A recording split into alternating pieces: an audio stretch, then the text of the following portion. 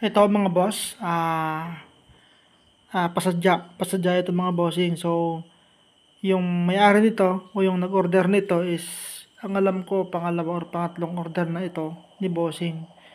Ngayon, ang sabi niya, pasadya daw yung next na order niya. So, ayan, ginawa natin siya. So, ito, nasa 14 layers na mga boss yung secondary nito. So, yan, abangan nyo mga boss yung pag-testing dito.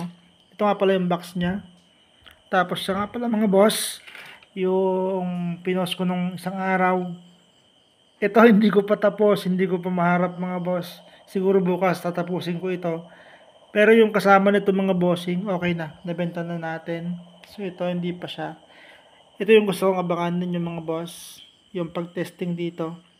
So shoutout ko yung may-ari, si boss AJ Silva. So yun, abangan ninyo mga boss.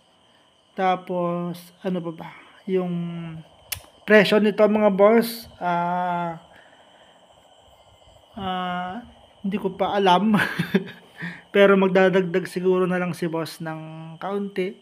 Kasi nga, over na to.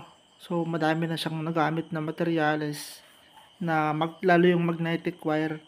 So, ayan, abangan yung mga boss.